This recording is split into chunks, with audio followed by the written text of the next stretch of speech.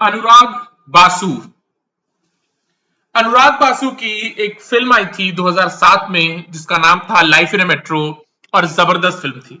जबरदस्त जबरदस्त फिल्म थी। 2007 में जब वो फिल्म रिलीज हुई थी तब भी वो एक बहुत फ्रेश फिल्म थी, और आज 2025 के हिसाब से भी लाइफ इन ए मेट्रो एक बहुत ज्यादा फ्रेश फिल्म है। एक बहुत ज्यादा फ्रेश फिल्म है। अगर मैं आप लोग को बोलूं कि लिस्ट बनाओ 10 फिल्मों की 2007 से 2025 तक जो कि फ्रेश फिल्में हो, तो हम में से कोई भी वो लिस्ट नहीं बना सकता। हम में से कोई भी वो लिस्ट नहीं बना सकता, और दुनिया भर की सारी फिल्म इंडस्ट्रीज टेम्पलेट को फॉलो करती हैं और टेम्पलेट के पीछे ही जाती हैं। लाइफ इन ए मेट्रो एक टेम्पलेट की फिल्म नहीं थी, एक बहुत ही फ्रेश फिल्म थी और एक बहुत ही जबरदस्त फिल्म थी। हालांकि मैं आपको यह बता दूं कि life in A metro film Hollywood की क्लासिक फिल्म द अपार्टमेंट से उठाई गई थी। हॉलीवुड के डायरेक्टर थे बिली वाइल्डर। उन्होंने बहुत सारी क्लासिक फिल्म्स बनाई थी, और उनकी बहुत सारी क्लासिक फिल्म्स को उठा करके दुनिया की सारी फिल्म इंडस्ट्री ने फिल्म्स बनाई हैं। उन्हीं की एक फिल्म थी जिसका नाम था द अपार्टमेंट, और अनुराग बासु ने द अपार्टमेंट को उठा करके लाइफ इन ए मेट्रो बनाया था। इनफैक्ट अनुराग बासु ने आज तक जितनी फिल्में बनाई हैं वो सारी फिल्में उन्होंने या तो हॉलीवुड या तो वियतनाम या तो हांगकांग की फिल्म इंडस्ट्री के सीन्स को उठा उठा करके अपनी फिल्में बनाई हैं। बर्फी फिल्म रिलीज हुई थी 2012 में। अनबेरेबल फिल्म, अनबेरेबल फिल्म, लेकिन वो फिल्म इंडिया की ऑफिशियल एंट्री थी फॉर ऑस्कर्स। बॉलीवुड के ही कोई एक डायरेक्टर थे जो कि स्ट्रगल कर रहे थे बॉलीवुड में। उन्होंने वो 7-8 फिल्म्स और उन फिल्म के सारे जो सीन्स थे उनको इंटरनेट पे शेयर किया गया था, जिसको उठा करके अनुराग बासु ने बर्फी बनाई थी। और उसके बाद अनुराग बासु ने जो उनका कैंपेन था बर्फी को लेकर के कि बर्फी को हम ऑस्कर जिताएंगे फला ढिमका, उस कैंपेन को ड्रॉप कर दिया था। अनुराग बासु ने उस कैंपेन को ड्रॉप कर दिया था। उस पॉइंट इन टाइम तक अनुराग बासु आमिर खान के साथ फिल्म्स डिस्कस कर रहे थे, शाहरुख खान के साथ फिल्म्स डिस्कस कर रहे थे।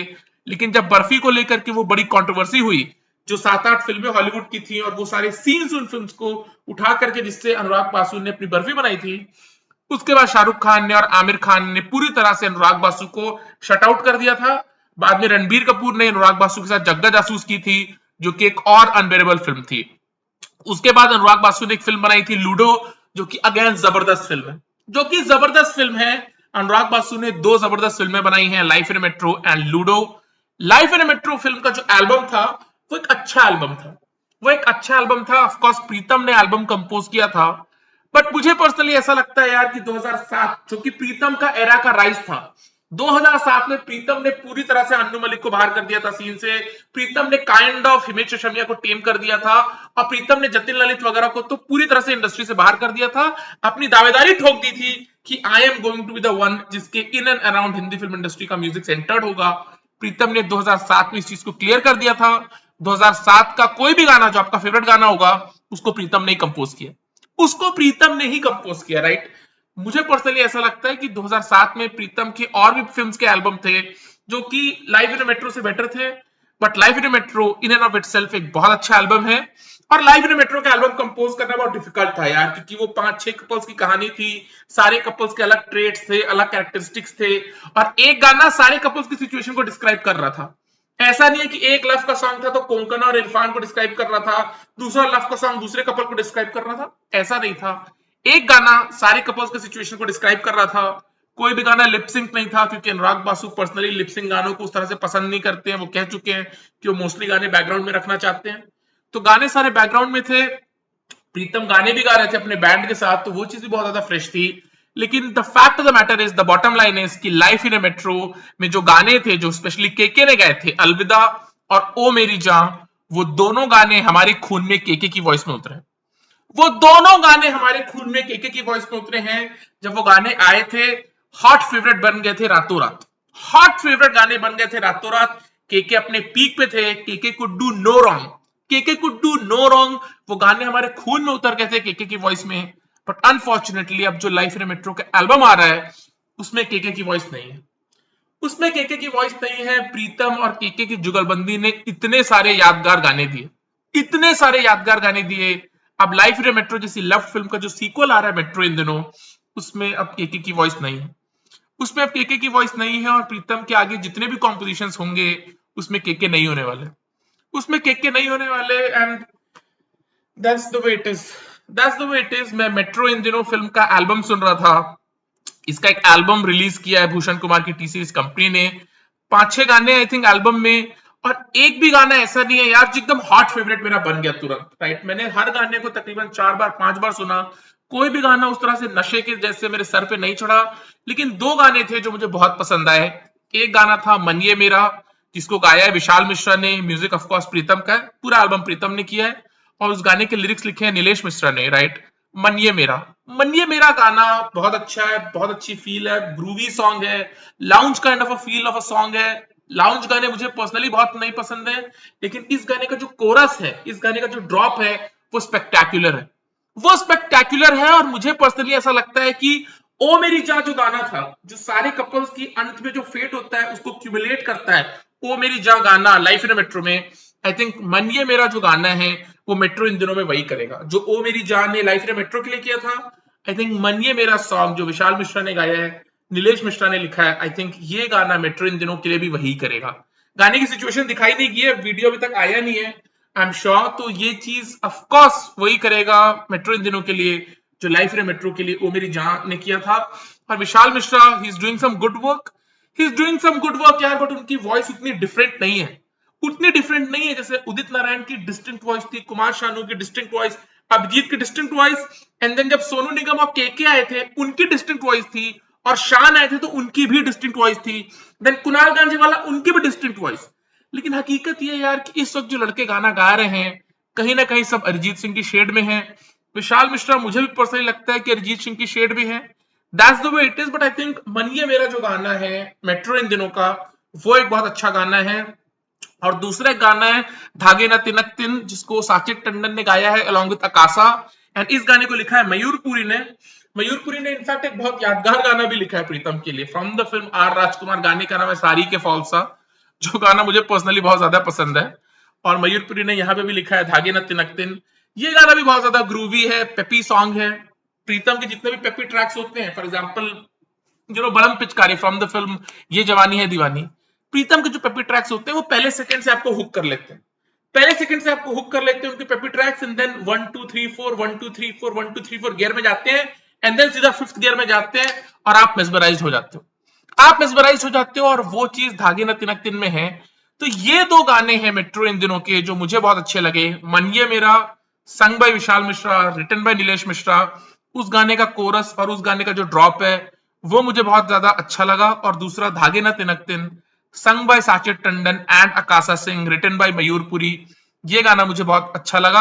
बाकी अरिजीत सिंह ने भी 2 3 गाने गाए हैं, और भी गाने हैं, लेकिन कोई भी गाना यार मेरे सर पे चढ़ के नहीं बोला, कोई भी गाना मेरे सर चढ़ के नहीं बोला। और मैं मुखौटा पहन के उन गानों को किसने गाया है और उन गानों को किसने लिखा है कि मैंने पता करने की कोशिश भी नहीं किया, मैंने पता करने का कोशिश भी नहीं किया। ऑल्दो अरिजीत का जो गाना है जमाना लगे, राइट, वो गाना क्योंकि अरिजीत सिंह ने गाया है, तो अरिजीत सिंह के जो फैंस है, जो अरिजीत सिंह के गुर्गे बैठे हुए हैं, वो कह रहे हैं कि वो बेस्ट सॉन्ग है फ्रॉम द एल्बम, वो फला सॉन्ग है, वो ढिमका सॉन्ग है। कल भी आई थिंक एक गाना रिलीज हुआ है मेट्रो इन दिनों का, कायदे से, if I am not wrong, उस गाने का नाम है, उसको भी अरिजीत ने गाया है, उसको लेकर के भी हवा बनाया जा रहा है।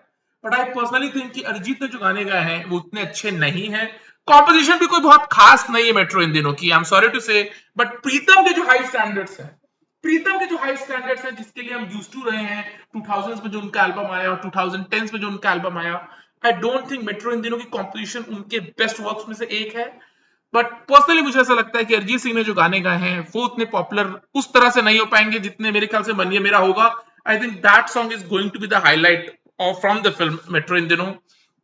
एंड दूसरा धागे न तिनक तिन, प्रीतम पेपी नंबर, प्रीतम अपने पेपी ट्रैक्स पे बहुत रेयरली ही गलत जाते हैं, वो अपने पेपी ट्रैक्स में बहुत रेयरली ही गलत जाते हैं। धागे न तिनक तिन मुझे बहुत जल्दी पसंद आया, मन ये मेरा मैंने फिर भी 3 4 बार सुना, तब मेरे सर चढ़ के वो बोल रहा था। लेकिन बाकी गाने मुझे मेट्रो इन दिनों के उतने अच्छे नहीं लगे जितना लाइफ रे मेट्रो के गाने थे, राइट। इन दिनों दिल मेरा, राइट, वो इतना खूबसूरत गाना था, पहली बार आप सुनो एंड आप हुक हो जाते हो, राइट। अलविदा अलविदा, पहली बार में आप हुक हो जाते हो, ओ मेरी जान, राइट। इतने खूबसूरती से वो सारे कपल्स के फेट को सील करता है वो गाना। तो वो चीजें थी यार, बट अगेन जैसा कि मैंने कहा यार, मेट्रो इन दिनों, मेट्रो इन दिनों फॉर एग्जांपल टेक धूम, राइट। धूम, पहली वाली धूम में धूम मचा ले सुनिधि चौहान, दूसरी वाले में धूम 2 में क्रेजी किया रे सुनिधि चौहान, थर्ड धूम में धूम 3 कमली सुनिधि चौहान, चौथे धूम को हम इमेजिन भी नहीं कर सकते यार सुनिधि के वॉइस के बिना, वी कांट इमेजिन। इसका मतलब ये नहीं कि सुनिधि की वॉइस होगी ही होगी, बट यार सुनिधि इज धूम, सुनिधि इज धूम, राइट, हर वॉइस इज धूम। उनका गाना टाइटल ट्रैक में होना ही चाहिए, उनका गाना क्रेजी किया है, उनका गाना कमली, एक्सोटिक कॉम्पोजिशन, एक्सोटिक वॉइस और एक्सोटिक डांस, जो ऐश ने क्रेजी में किया है, में किया था, कैटरीना ने कमली में किया था, इवन ईशा डॉल ने धूम मचाले में किया था, राइट।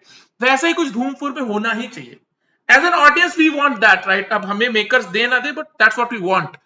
केके का एल्बम यार, केके की कोई फिल्म बन रही है, गैंगस्टर का सेकंड पार्ट आ रहा है और केके का उसमें गाना ना हो यार, बचना है हसीनों का सेकंड पार्ट आ रहा है, उसमें केके का गाना ना हो। 10, राइट, अगर 10 फिल्म जो थी उसका सेकंड पार्ट आ रहा है, जितना यादगार गाना 10 का टाइटल ट्रैक केके ने गाया था शान के साथ, उसका सीक्वल आ रहा है, केके का गाना ना हो, तो कहीं ना कहीं यार आप एक खोखलापन अपने अंदर महसूस करते ही हो, आप महसूस करते ही हो खोखलापन, but that's the way it is यार, that's the way it is. Metro In Dino में एक भी गाना केके की वॉइस में नहीं है, केके जी का स्वर्गवास हो चुका है, ऑफ कोर्स, तो उनका एक भी गाना मेट्रो इन दिनों में नहीं है। बट अगर वो जिंदा होते तो आई एम श्योर इस एल्बम में 2-3 गाने केके के होते, इस एल्बम में 2-3 गाने केके के होते, अदरवाइज फैंस इस फिल्म को रिलीज नहीं होने देते, फैंस इस फिल्म को रिलीज नहीं होने देते यार, कि प्रीतम ने गाने बनाए और केके जो कि लाइफ इन मेट्रो का इतना इंटीग्रल पार्ट थे, उनकी वॉइस मेट्रो इन दिनों में नहीं है। फैंस इस चीज को कभी बर्दाश्त नहीं करते, फैंस इस चीज को कभी बर्दाश्त नहीं करते। बट हकीकत तो यही है यार कि अब कोई एक ऐसा एल्बम आता है जो प्रीतम ने कंपोज किया और मैजिक केके के साथ किया, उसका सीक्वल बनता है, तो केके की वॉइस उसमें नहीं होने वाली, अब केके सर की वॉइस उसमें नहीं होने वाली यार, तो that's the way it is. But वही चीज है, मेट्रो इन दिनों का एल्बम मुझे लगा था personally it's going to be the album of the year, but I think Pritam के हाई स्टैंडर्ड्स के हिसाब से वो एल्बम नहीं है। प्रीतम एक और एल्बम क्रिएट कर रहे हैं, एक म्यूजिकल फिल्म का, जिसमें कार्तिक आर्यन और श्रीलीला है लीड में, सो लेट्स सी कि उसका एल्बम कैसा होता है, राइट। सो यही चीज, अभी तक 6 महीने में मुझे नहीं लगता कोई यादगार एल्बम आया है बॉलीवुड की तरफ से, इस पे मेरी नजरें थी और 2 ही गाने हैं जो मेरे सर चढ़ के बोले, बाकी तो मुझे लगता है लेट्स सी यार, वो कार्तिक आर्यन और श्रीलीला वाली जो सो कॉल्ड अनटाइटल्ड फिल्म है, उसमें प्रीतम ने कैसे गाने दिए हैं। सो प्रीतम के हाई स्टैंडर्ड्स के हिसाब से तो नहीं है मेट्रो इन दिनों के गाने मेरे हिसाब से, राइट। सो या चलो, बाय।